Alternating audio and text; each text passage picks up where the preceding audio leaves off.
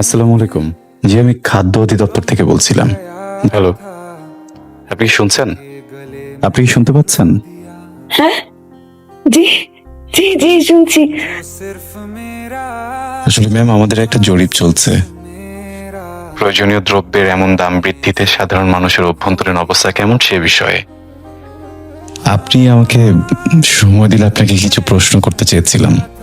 এত সুন্দর কণ্ঠস্বর শুনে আমার নিজের কণ্ঠস্বরের প্রতি বড় আফসোস হলো। আমি বুক জুড়ে আফসোস নিয়ে খুব মায়া নিয়ে বললাম, জি জি জি জি প্রশ্ন করেন। আসলে ম্যাম, আপনি বাসায় কি কি ব্যবহার করছেন? সেই সুন্দর কণ্ঠস্বর আমার বাড়িতে সয়াবিন তেল দিয়ে রান্না হয় নাকি সরিষার তেল দিয়ে, সব খবর জেনে ফেললো। আমিও কথার মায়া পড়ে সব একে একে বলে দিলাম। আপনি এখন আপনার বা আপনার পরিবারের 3টা প্রয়োজনীয়তা বলুন, যা এই মুহূর্তে মেটানো প্রয়োজন কিন্তু সম্ভব হচ্ছে না।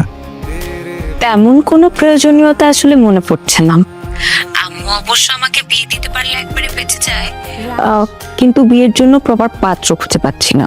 আচ্ছা, এটা কি কোনো গুরুত্বপূর্ণ প্রয়োজনীয়তার মধ্যে পড়ে?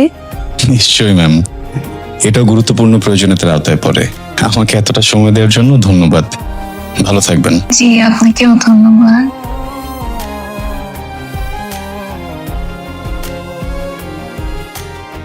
এই বর্ষা ঝরা দিনটা আমি কেবল তাকে ভেবে কাটালাম। বারবার নিজের কণ্ঠস্বর রেকর্ড করে শুনলাম কেমন শোনালো। হ্যালো, শুনতে পাচ্ছেন? হ্যালো, শুনতে পাচ্ছেন? হ্যালো, কেমন আছেন? হ্যালো, কেমন আছেন? আমার কণ্ঠটা এত খসখসে কেন? কি হয়েছে তোর? ক্লাসে একদমই মনোযোগ ছিল না। আজকে টিচার তোকে কতবার নোটিস করছে, তুই দেখছিস? আমি না আসলে বুঝতেছি না, মানে আমি একজনের কণ্ঠের ঘোর।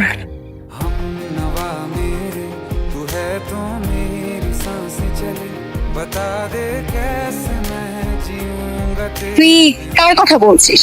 আমাদের ইউনিভার্সিটির কেউ? আমি কি চিনি তাকে? বল না। না, ঘুমের মধ্যে একজন ফোন দিছে, আই ডোন্ট নো। তারপরে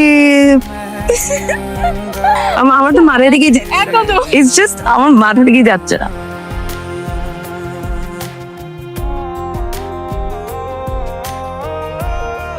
অ্যাসাইনমেন্ট আর ক্লাসের চাপে একদম স্টিলের মতো সোজা হয়ে গেলাম। কোন কালে কে ফোন দিয়েছিল মনেই রইল না। প্রায় সপ্তাহখানেক বাদে আবারও এক অপরিচিত নাম্বার থেকে ফোন এলো। আমি খাদ্য অধিদপ্তর থেকে বলছিলাম। আমার বুকের ভেতরটা অচেনা এক ঢিপ ঢিপ খেলে গেল, পা কেঁপে উঠলো, গলা শুকিয়ে গেল।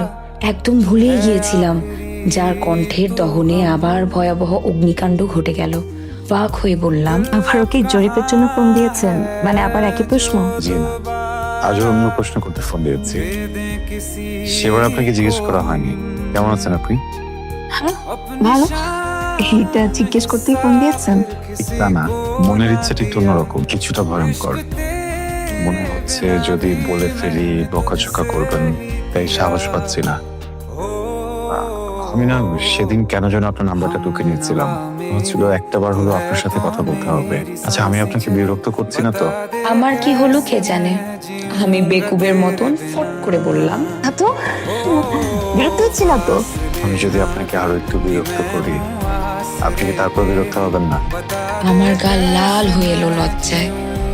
আমি লাজুক কণ্ঠে বললাম। সে এক বুক সুখ নিয়ে আমাকে বিরক্ত করতে আরম্ভ করলো। সেই বিরক্ত করার গল্পটা চললো প্রায় 1 বছর। আমরা প্রায় সারাদিনই কথা বলতে লাগলাম। সে চাকরির পাশাপাশি বিসিএস এর প্রিপারেশন নিচ্ছিল, আর আমার ভার্সিটির চাপ। সবের বাইরে যতটুকু সময় পাওয়া যায় আমরা মুগ্ধ হয়ে একে অপরের কথা শুনতাম। স্বপ্নের কথা, জীবনের কথা, পৃথিবীর কথা। কি কথা বাদ রেখেছিলাম আমরা? কিছুই না। তবুও কি করে যে এমন একটা কথা বাদ পড়ে গেল দুজনে। সে একদিন ফোন করে জানালো সে আমার ভার্সিটির 1 নম্বর গেটের সামনে দাঁড়িয়ে আছে। সে সামনাসামনি আমাকে একটা সারপ্রাইজ দিতে চায়। সে আমার ভার্সিটির সামনে দাঁড়িয়ে আছে, এইটুকু থেকে বড় সারপ্রাইজ আমার জন্য দ্বিতীয়টি হতে পারে না। এতটা বছর দুজন কেউ কাউকে দেখিনি, বলিনি চলো দেখা করি, কারণ ওর বিসিএস এর প্রস্তুতি আর আমার পড়ালেখা।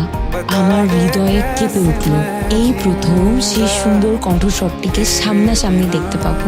সেই সুন্দর কণ্ঠটা বাস্তব সত্য, তাকে ছুতে পারবো। ভাবতেই আমার গলা শুকিয়ে আসছিল, হাত পা কেঁপে উঠছিল।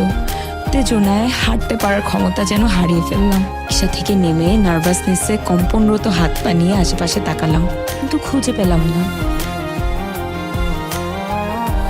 জুই,